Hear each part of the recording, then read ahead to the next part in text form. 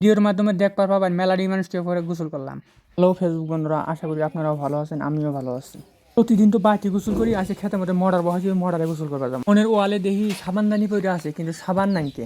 ওই সাবান থাকে না থাকে আগে লঙ্গিটা খুঁজি, দেখি এখন লঙ্গিটা ওই বারানোর মধ্যে বাস না গেছে, বাসের মধ্যে লঙ্গিটা টান দিয়ে গাড়ির মধ্যে ফেলাইলাম। এমন দিয়ে সামনে সাবানদানিটা নিয়ে কোনো কথা নাই ডাইরেক্ট আইলাম ঘরের মধ্যে। ঘরে আয়া ডয়ার খুলতেছি।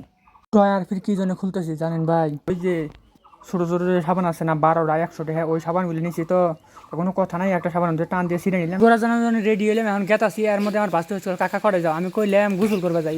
আল্লাহ এই কথা কয়া দিই, সে নাইছে নাইছে আমার হাতে গোসল করবা যাবো। আমি আর আমার বাস্তি দুটো যে গোসল করবো তা কিন্তু আমার বাস্তি দুটো কিন্তু আগেই ওরা গেছে।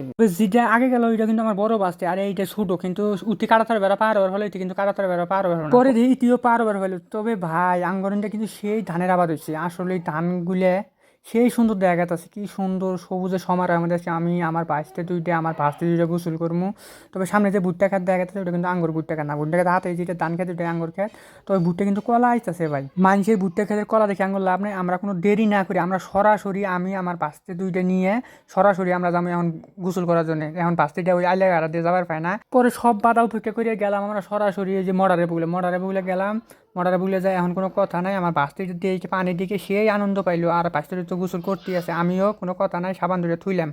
থুয়ে আমিও এখন লঙ্গির ওই যে আংটা ম্যাংটা কিচ্ছু নাই।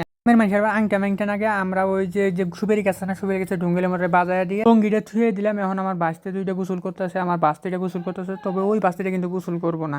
আমিও পরে গের কটা ডুব দিলাম, ডুব টুব দিয়ে এতে ভরপুর পানি আছে ভাই। তাও কিন্তু আমরা পানি নিচ্ছি কি জন্য জানো না, যে আসলে হরমোজ প্রণালীতে বলে তেল হবো না, এই জন্য যদি তেল না হয়, কারেন্ট যদি না হয়, এই জন্য আমরা কিন্তু সেই পানি নিতেছি। তবে আমার বাঙালি এত যে বুগারে ভাই, যদি হরমোজ প্রণালীতে তেলই যদি না হয়, কথার কথা আজকে 1 পানি নিলাম, কিন্তু 7 দিন পর যে পানি শুকিয়ে যাবো তখন কি করবো? আসলে আঙ্গুর কোনো ধৈর্য নাই কে। বাঁচতে দুইটা তার মধ্যে বড়টা কইলাম বাঁচতে, আমার এলা লঙ্গিটা ধুয়ে দিয়েছেন। তবে লঙ্গি দেওয়ার ঢক দেখুন না, লঙ্গিটা মেলাইলো না কিচ্ছু না, আবার জিবে দিলাম আবার ধুয়ে। বন্ধুরা আসে মেলা দিন পর মনে হয়, আমার মনেই নেই কতদিন পর যে আবার করে গোসল ধুইলাম। আমি কিন্তু ভাই দিঘিতে গোসল ধুই না, নদীর মধ্যে গোসল ধুই না। তবে আসে গোসল দিয়ে খুব মজা পাইলাম। পরে গোসল দিয়ে আমরা সবাই, আমার বাস্তি দুইটা সবাই আমরা, তবে বড় বাস্তিটা গোসল করে নাই। এখন বাইবের মধ্যে আমার ভেজা লঙ্গিটা নাচ দিমু, এই জন্য লঙ্গিটা নাচ দেওয়ার জন্য আমি সাবানদানিটা থুইলাম। সাবানদানি থুইয়ে যে বাস নটকাইনি আছে উনি আমার লঙ্গিটা নাচ দিলাম। তবে আপনারা খেয়াল করছেন না করছেন, আমি কিন্তু যে আমার গেঞ্জিটা কিন্তু ধরি নাই, কারণ গেঞ্জিটা সাবান দিয়ে ধরে রাখবো, তো আমি তো ওরা একটু ওই সাবান নিয়ে যাইনি। বন্ধুরা আমাদের ভিডিও কেমন হয় একটু কমেন্টের মাধ্যমে জানাবেন, অবশ্যই লাইক এবং কমেন্ট করবেন।